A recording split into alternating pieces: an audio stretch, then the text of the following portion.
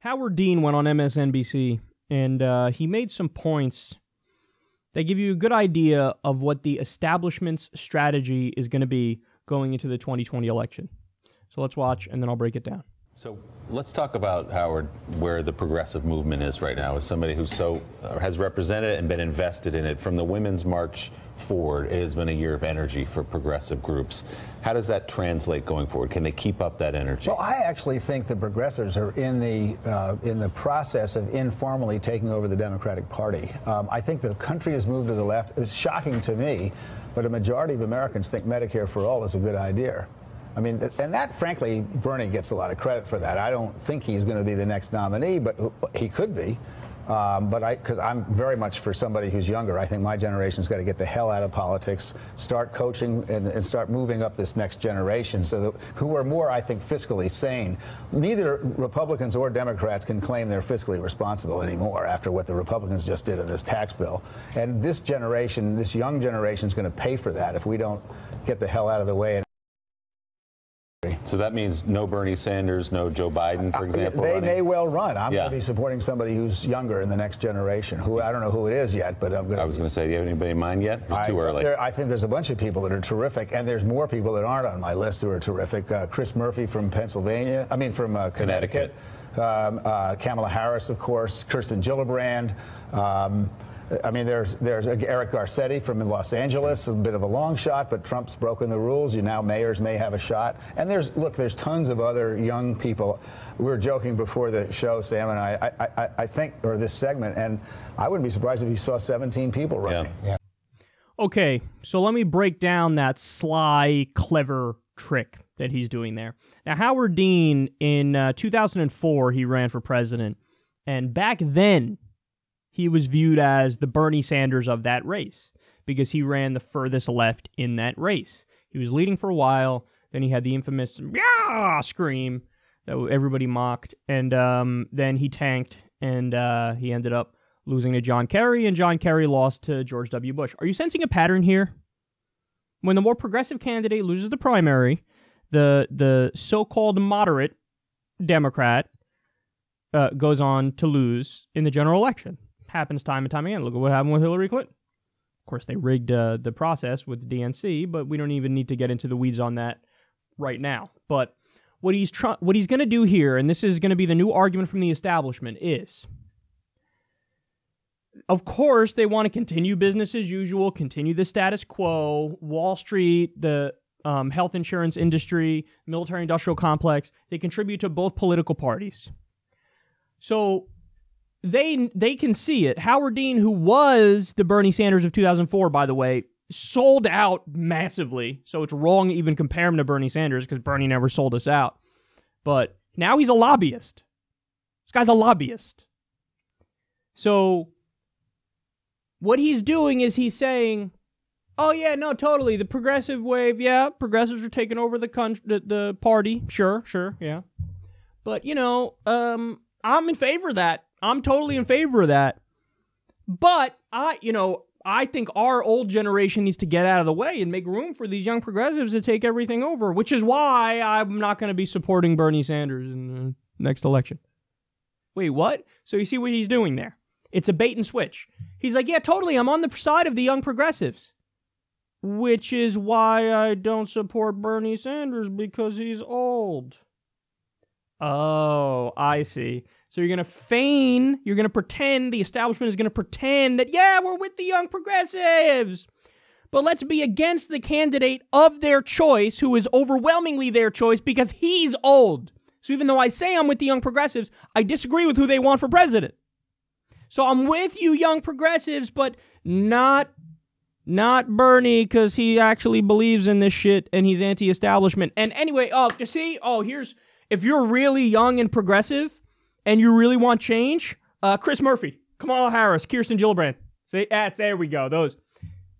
It's a clever little trick. It is a sly trick because what they're doing is pretending that they're with you and then giving you the candidate that is an establishment candidate. Now, listen, there are different degrees of how much each of those candidates is establishment, but they are establishment. So this is what they're going to do. And another trick that they're going to do is the establishment's going to go, oh yeah, sure. No, we support Kamala Harris. Of course, Kamala Harris is great and we support her. And she's super progressive. So what do you fucking Bernie bros? You're not cool with Kamala Harris? It must be for a different reason. So here we go again. Same 2016 argument recycled. The Bernie bros, oh my God, these rabid misogynists and sexists who are supporting the most liberal senator of our lifetime.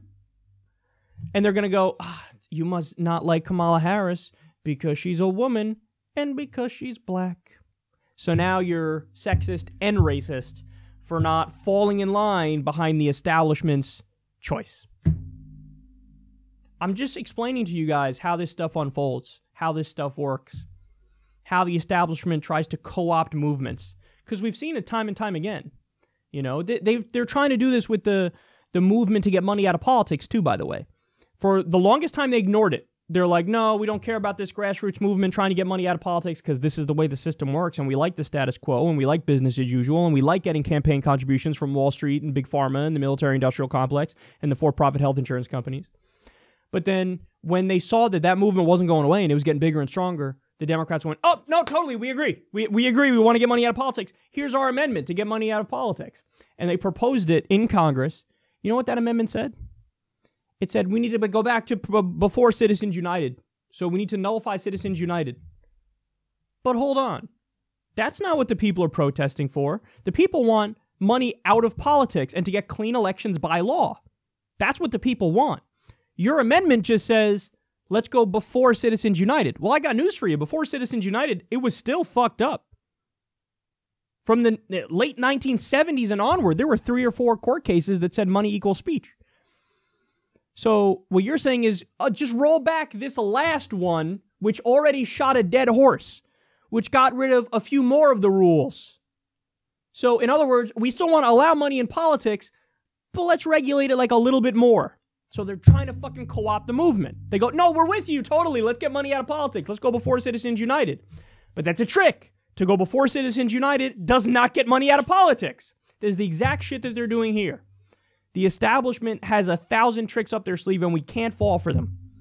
This is calculated. And Howard Dean, see, and they're using Howard Dean to make this argument too. Howard Dean, they go, look, what do you mean? He was the Bernie Sanders of 2004. Forget the fact that he's a lobbyist now. He was the Bernie Sanders. So what? You're going to say he's not progressive enough? Fucking purists over here on the left with their fucking purity tests and their unicorns and their fairy dust. So they're going to go, we're with you, young progressives. Totally, we love the progressive wave, which is why we need Kamala Harris, who's not actually that progressive and is an establishment shill. And the final thing I'm going to warn you of now. Save this video because you're going to... Hopefully we don't have to come back and watch this and talk about how right I was. But what's going to happen is the establishment knows that at this point, that progressive wave is fucking powerful and they can't beat it back. They tried with Hillary Clinton. They did everything they could to hoist her up to get her in the general election, and then she lost to Trump. So since they know that that's the case, the pivot is coming back strong. So you're going to have candidates who run sounding super progressive in the primary. Hillary didn't do that. Hillary tried to, I'm centrist and moderate the entire time, which is why the DNC needed to rig it in order to get her past Bernie Sanders, because that message was not resonating at all in the primary. But now the establishment caught on. Okay, can't run the centrist right off the bat. So they'll pick a Cory Booker, they'll pick a Kamala Harris, and they'll say, carte blanche. You can say whatever the fuck you want to say in the primary. And so they'll go out there. Kamala already did it. Oh, Medicare for all. Yeah, totally. Medicare for all. I don't know if Cory Booker's on that page yet. I think he may have been or tepidly endorsed it or whatever. But what they're going to do is they're going to come out strong. Medicare for all. Living wage. Oh, yeah, super left. Well, look at me. Oh, I'm totally the continuation of Bernie Sanders. But I'm younger. Don't you want me? And the establishment likes me, but let's not talk about that. But Medicare for all, free college, living wage. So they're going to argue for that. They're going to make that case in the primary. But what's going to happen in the general? That pivot is back. It's alive and well. They're going to do the old shift in the general election. They're going to do the old, oh, did I say Medicare for all and free college and a living wage? What I meant was maybe public option. Maybe raise the minimum wage, not living wage, but raise the minimum wage. Maybe increased access to college, not free college, increased access to college. So this is what's going to happen. They're going to try to co-opt the populist movement, the populist left movement, the progressive uprising, by saying, oh, we're with you, which is why we support this establishment candidate. That's trick number one. Trick number two is give them carte blanche, like Kamala Harris, Cory Booker, whoever, say whatever they want in the primary, but then come the general, pivot back. Pivot back. So in other words, they're going to do everything they can to lose to Trump again in 2020. That's what's going to happen. And you heard it here first. Now,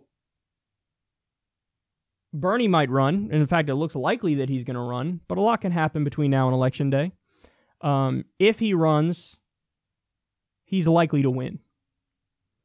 But if for whatever reason he doesn't run or something happens and the establishment fucks this up again, we're in for a wild ride, and we're in for a close election against the monster that is Donald Trump.